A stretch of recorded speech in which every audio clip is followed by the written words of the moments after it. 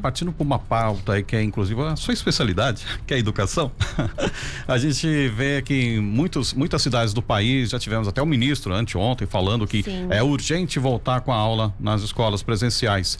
São José tem avançado, outras cidades têm avançado com a imunização com professores, com a classe dos professores, todos os profissionais das escolas.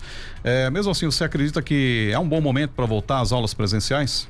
Eu acho esse debate, Marcelo, muito importante, fundamental. Acho que a categoria de profissionais da educação é a categoria que mais tem discutido esse tema com profundidade, né? Como retornar às aulas sem que isso seja um aprofundamento da pandemia no país, né?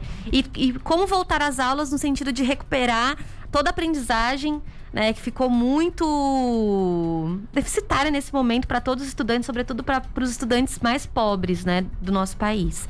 Só que a gente está vivendo também numa situação em que o próprio governo não criou as condições para que as aulas retornassem com segurança, né? A gente viu o ministro da Educação, o Milton Ribeiro, indo para a rede nacional defendendo a volta às aulas, como se o governo Bolsonaro, em algum momento do seu governo, tivesse se preocupado com a reestruturação das escolas, tivesse preocupado na compra de vacinas, estivesse preocupado com o combate à pandemia, defendendo as medidas que fossem corretas, né, que são corretas, né, como distanciamento social, enfim. Pelo contrário, a gente viu o presidente negociando propina, atrapalhando a compra de vacinas, defendendo a imunidade de rebanho, defendendo tratamento precoce que não funciona, né, toda essa pauta negacionista. Então, a gente não está numa situação hoje segura para volta às aulas, não porque os professores não querem, porque muitas vezes, ontem inclusive eu estava no Uber e estava escutando a Jovem Pan e aí falaram que os profissionais da educação, os sindicatos não querem voltar porque não querem trabalhar.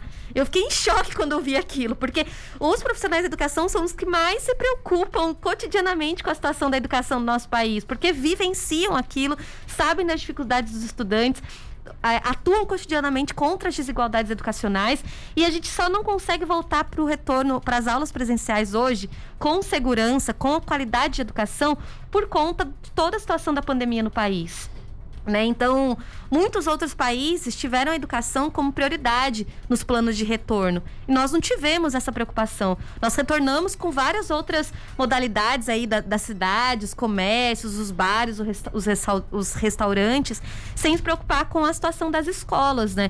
Então, colocar todos os profissionais dentro das escolas com os estudantes hoje, sem reestruturação das escolas, muitas escolas têm salas muito pequenas com janelas que não abrem. Quem estudou escola pública sabe que nem papel higiênico no banheiro tem, né? Eu fui estudante de escola pública, sou professora de escola pública e sei que no passado, assim como no presente, é muito difícil a situação das escolas, né? Então, não dá para simplesmente defender a educação sem defender a reestruturação para esse período da pandemia e também a valorização profissional dos professores, né? Porque são professores que durante a pandemia trabalharam muito e continuam trabalhando, né? Trabalhando remotamente, trabalhando presencialmente. Na verdade, foi um grande desafio, tendo que transformar aquilo que acontecia presencialmente dentro de uma sala de aula para uma questão remota, né? Sim, e a gente sabe que não é a mesma coisa, porque além do fato de que é a distância e isso rompe o vínculo que os professores têm com os estudantes, né? E os estudantes também com os professores e consigo mesmos, né? Dentro das escolas, né? Essas relações sociais são muito importantes. Também tem a questão da desigualdade social. Então, muitos estudantes não conseguiram acompanhar as aulas nesse último período. A gente olha para o Enem, por exemplo, e vê o quanto de abstenção que houve no Enem, né? Então, muitos professores, aliás, muitos estudantes não conseguiram acompanhar as aulas, mesmo os que estão no ensino médio, que têm mais autonomia e que não foram ao Enem, ou seja, perderam a oportunidade de entrar no ensino superior, público ou privado, né, a partir do ProUni, enfim, ou das próprias universidades públicas também a partir do Enem e tal, e não conseguiram acessar a prova por conta dessa desigualdade social, desigualdade educacional. Então, quem defende a educação precisa defender medidas de combate à pandemia, né? Então, quando a gente estava falando lá no começo do ano sobre quando a gente já tinha o horizonte da vacina aqui em São José, no país, né, como um todo, a gente dizia, olha, se vocês defendem, né, para a prefeitura, para o governo do estado, se vocês defendem a volta às aulas presenciais, então coloquem os professores na prioridade da vacinação. E isso foi feito. Não foi feito porque foi algo aleatório, foi porque o movimento, né, os professores, os sindicatos colocaram isso como uma prioridade de reivindicação. Só que a gente também sabe que a vacinação é uma tarefa coletiva. A imunização só acontece se for coletiva. E o Brasil hoje é um dos países onde a vacinação está mais atrasada. Né? A gente tem toda uma campanha anti-vacina, então muitas pessoas que estão na idade de vacinar não se vacinaram. Então ainda não há imunização coletiva para uma volta às aulas segura. Então tem muito que avançar ainda nesse aspecto. Para finalizar, eu vou pedir para você tentar ser bem objetiva. Nós tivemos aí a presença do Boulos recentemente aqui no Vale do Paraíba, que se colocou à disposição do PSOL para concorrer ao governo do estado. Na sua opinião, quais as chances dele, você que acompanhou a vinda dele aqui na cidade, e como que o pessoal se coloca mediante isso? Certo. Rapidamente, por favor.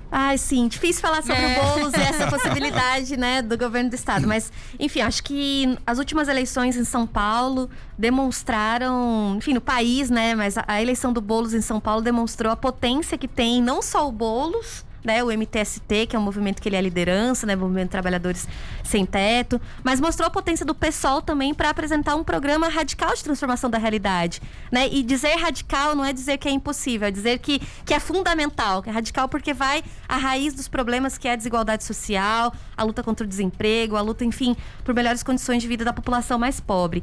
Então, o Boulos se demonstrou, né, como um candidato potente para as eleições, um candidato viável, ficando no segundo turno, né, contra o Bruno Covas, que é um candidato do tucanato, né, com muito dinheiro, com muito aparato.